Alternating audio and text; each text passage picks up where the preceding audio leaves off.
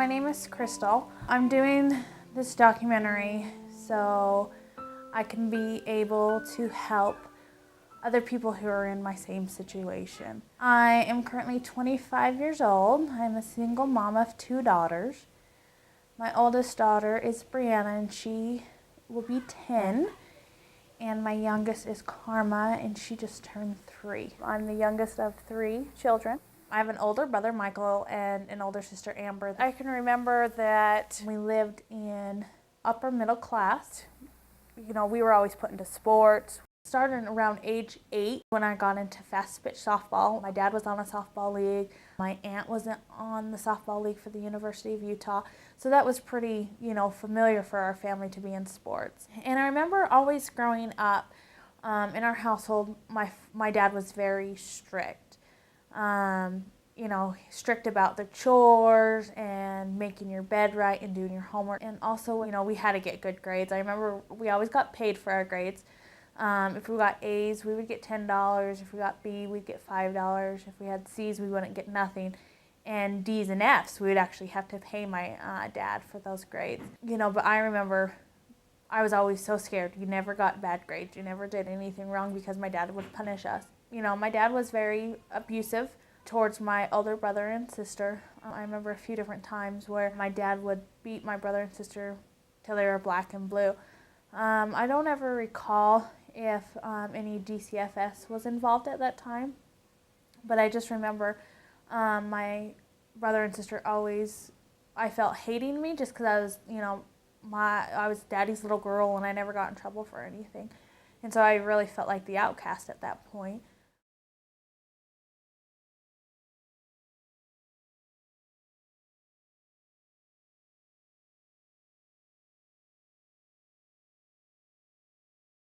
The first time he told me to go into his room, he said, "You need to take off your clothes and get on top of me." And so I did. I remember feeling a little weird at that time, but I didn't think it was anything that shouldn't be happening. That went on for, quite a while. I don't know can't remember exactly how long that went on. But eventually the abuse just kind of stopped in that way. I never talked about it. I never said anything about it. And so it was kind of like a secret that I was holding inside.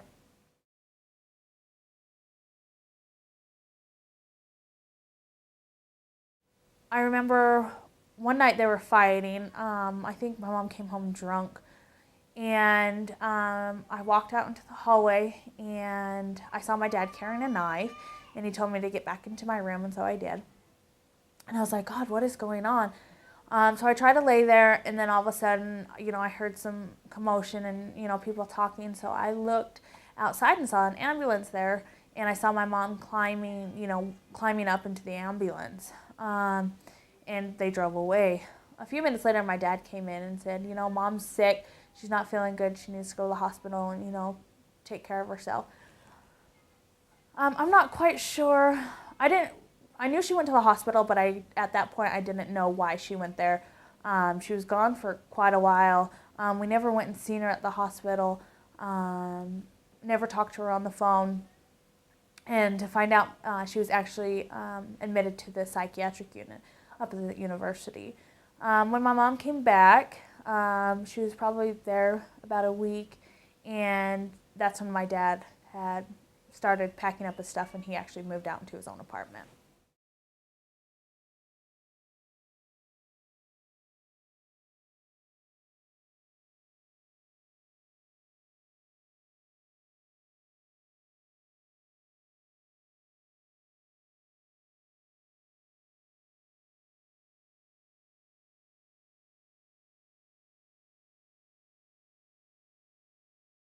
We have a brother that's older than us, but he passed away in '95.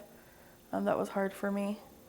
It was probably hard for her too. I don't know. She wasn't very emotional then.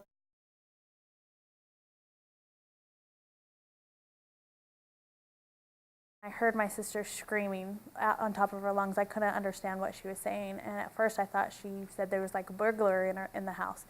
And so I grabbed my baseball bat and I ran down the hall because I was going to beat the crap out of whoever was in the house. And I just remember her saying, Michael's dead, Michael's dead. And I'm like, what do you mean, calm down, calm down. And he was blue, purple, pus coming out of his mouth, eyes were bloodshot. You know, he was dead, and I knew that. I remember them calling my mom at work, and the first thing she said is, what happened to Michael? And I'm like, he's dead. And I remember she having a nervous breakdown, and she couldn't really handle herself. After that is when my mom completely fell off. She wouldn't get out of bed, and that went on for months. She tried to commit suicide by taking a whole bunch of pills. You know, and I just remember her saying that she wished that we would have died instead of her son. On May 5th, that was my birthday, and that's when we buried my brother. And ever since then, birthdays for me, I really didn't have a birthday. It was more the morning of my brother. And so I remember one year I wanted a birthday party, and my mom told me I was selfish because, you know, it shouldn't be a time of celebrating, it's a time of mourning.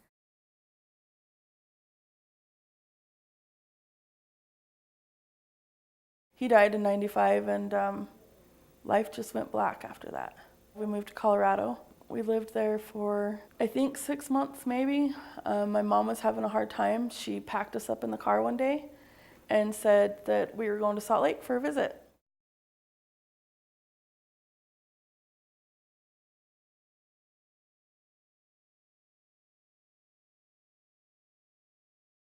When we passed Salt Lake, I was like, what's going on here? So we're not just going to go see Grandma. We're going somewhere. So we didn't know until we were there. We pulled up into St. George, and that's when my mom told my sister that she was going to stay with her dad for a little while and things would get better. And then I was like, well, I know now. So I was going to my dad's house to live with my dad. And it was about 3-4 months after I moved in with him that I wanted to go back with my mom. Called her up one day, and Crystal answered the phone. And I hated my mother after that. I thought I wasn't good enough to be her daughter, and that Crystal was everything and she would be everything. That's how it was growing up. She was the star and I was the pile that was sitting over there.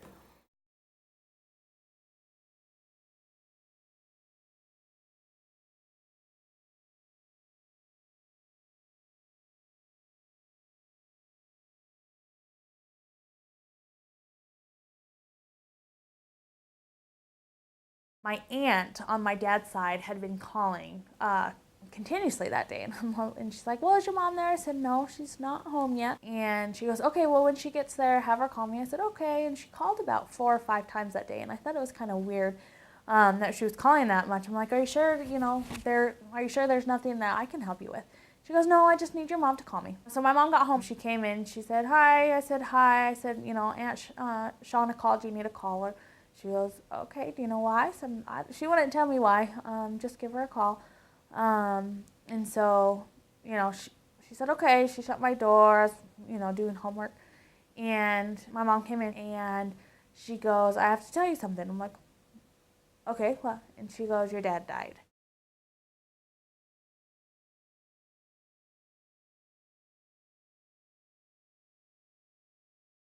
I remember just once again feeling that whole numbness. And I'm like, you're kidding me. He didn't die. What are you talking about? And she goes, yes, he really died. And I had a breakdown, and I was like, no, I can't believe he died. Went through that process that night. And my mom told me to shut up. There's no point of screaming. I can't bring him back. And, I agreed. There's nothing that I could do.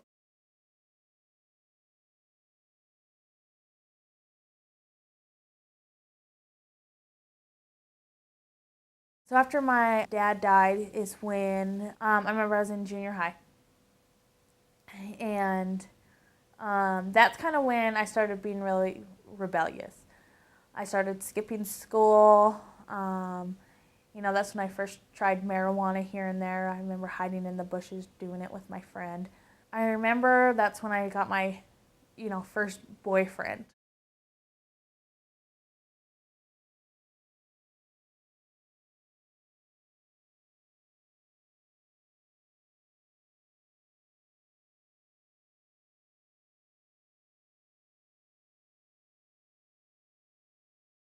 I started not being at home as much, started going with friends, sleeping over at their houses, kind of staying there for weeks upon weeks at a time. My mom, she was doing her own thing. She was out all the time. She was trying to get her life back together as much as she could. And so at this end of ninth grade is when I moved with my friend and her grandma, and we moved downtown to the Smith North apartments at that time. And, we basically, I could do whatever I wanted to do. As long as we went to school, we were good. But, we went to school, but we didn't do homework. I remember we'd come home, we'd have parties and just, smoke weed and, get into that whole situation.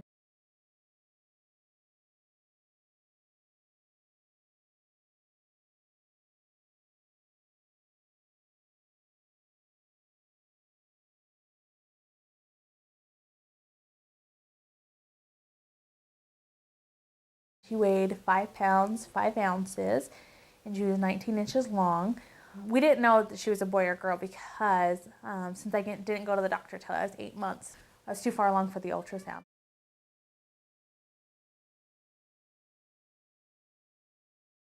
For the first 6 months, I was doing pretty good. I went to the teen mom school. I was working at Walmart. But after that 6 months, I didn't know how to be a mom. I was 15.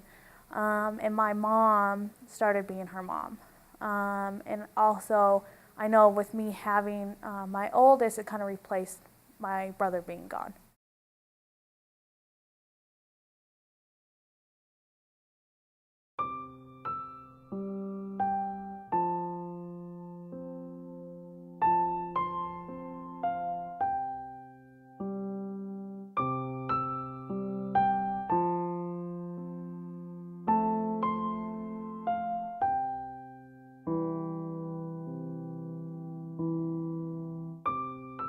So at 15, I met this guy, and once again, he was a lot older than I. He was 25 at the time, and he was a bad boy. He had the bad boy image, the tattoos. He was in gangs. He had the nice cars, a lot of money, and that intrigued me quite a bit.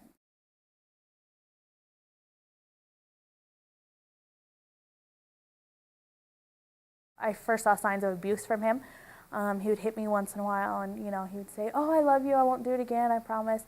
And being that young, at 15, and wanting like a dad and wanting someone just to love me for who I was okay with that. I just had a child. Who would want a 15-year-old with a child? And I would look at it as he wanted me.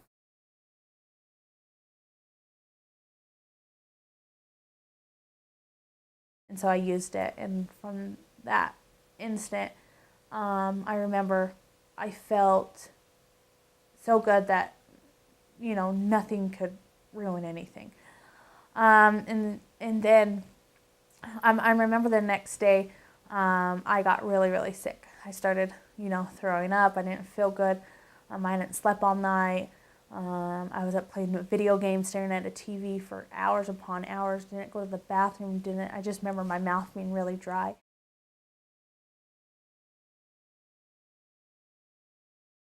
The abuse got worse every single day. Instead of getting beat once in a while, it was every single day.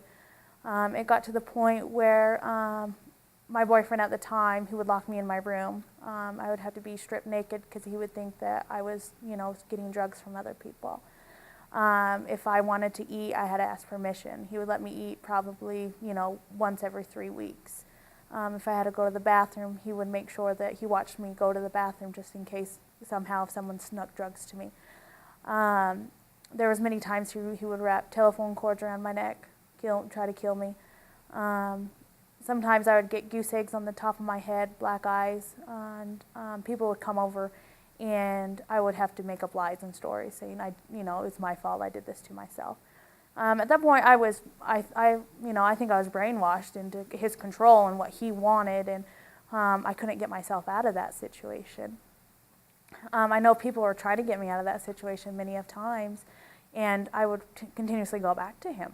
It didn't matter what it was. It's just because he loved me, and the more he hit me and beat me, and, the more he loved me. That's how I was thinking. When we got into drugs really bad, that's when he would start raping me.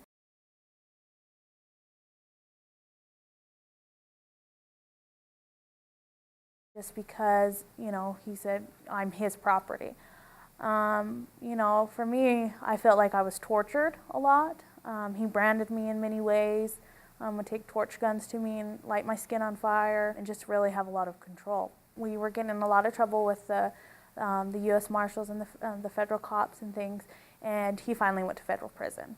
When he went to federal prison, that's when I finally got away, and I said, this is enough.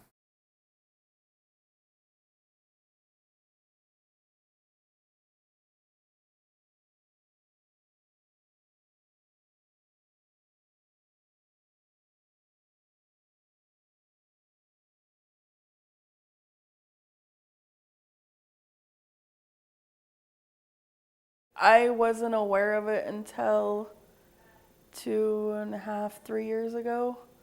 When it was brought to my face, my sisters always told me about it, but I didn't want to believe it because that's my mom. You don't want to think your mom's doing drugs. With Crystal, it was like, okay, we'll just go and get high and we'll be okay. But to think my mom was getting high was something I didn't want to accept.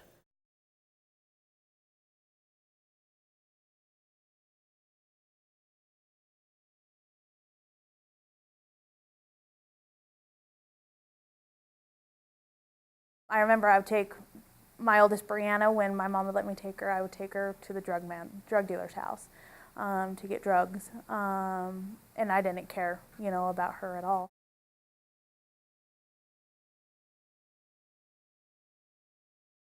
I would not be able to get out of bed without smoking, at least a teener of methamphetamine.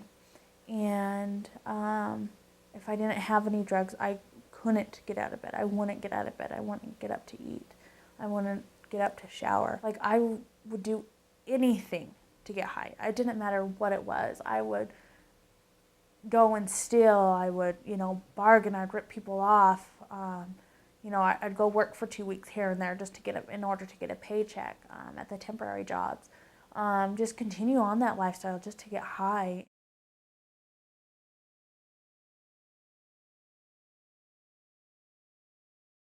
We all knew each other from previous before, and we were together about a year doing the same things, stealing, robbing.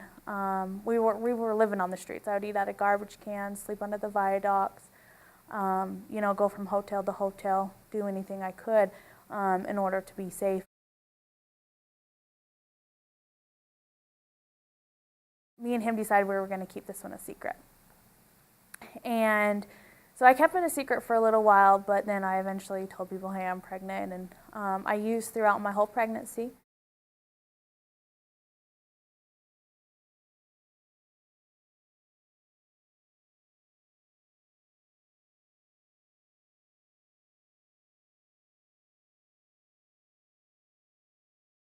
So I decided to do the surgery. I was just a little bit over 6 months pregnant, and they removed my left ovary and fallopian tube. My pregnancy, I still used. I continue to use.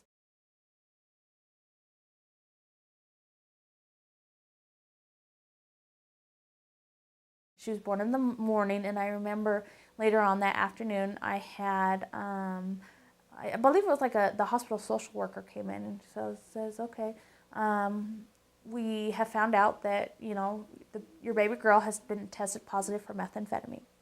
The baby's, we drug tested the baby, and her levels are so high that it was like she was injecting methamphetamine into the fetus itself.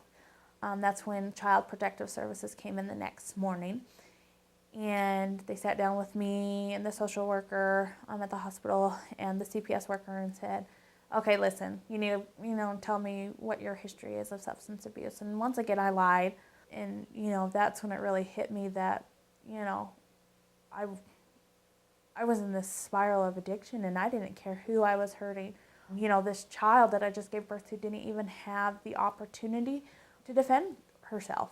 And so CPS, they let me know that they are going to take custody of Karma, which they did, but they allowed me to take her from the hospital. I told her I had a place to stay, which I didn't. I had a lot of people covering for me saying, yes, you can use this address, yes, you can stay here, but temporary, you can't stay here for a long time. And I said, okay. So that 2 weeks that I got home from the hospital, I was trying really hard not to use. Karma's dad at the time was using, and the people who I was staying with was using. I was fighting it, and he would be gone all the time. And, I just felt like abandoned once again. I remember Karma, babies sleep a lot, but she would sleep all the time. I would have to force her to wake up just to eat, and it was probably a lot to do with the withdrawal symptoms that she was going through.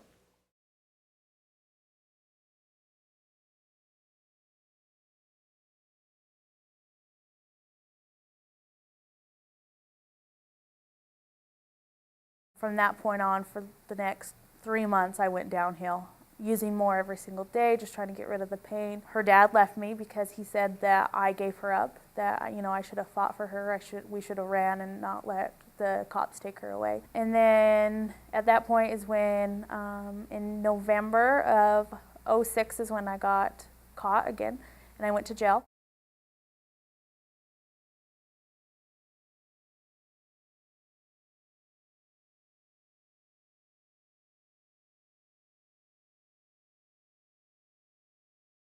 It completely changed my life. I learned how to live again and how to love myself and how to grow. The first few months while I was at Odyssey House, I was going on my weekly visits to go see my kids, having my family team meetings, being proactive in getting my kids back.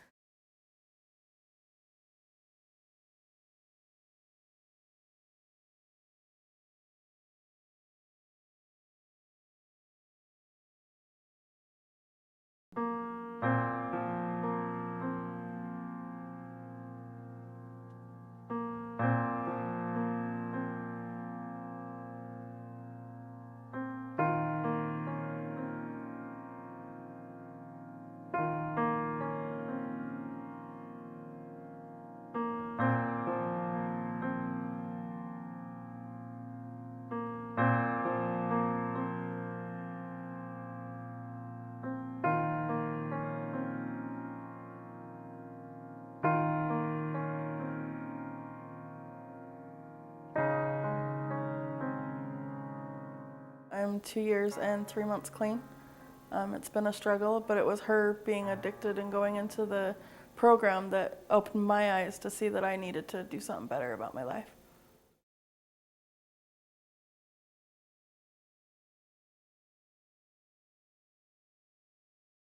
They actually trust me now, and they can actually call me their mom, and that's the best thing. I just want to tell people out there who have that addiction that you can overcome that, and that you might be holding secrets inside, but there's somebody out there who would be willing to help you and listen to you, and that you don't have to live that lifestyle anymore. It's hard to get out of it, but you are a better person. And all you have to do is ask for help, and if you're willing to ask for help, that you can get that help.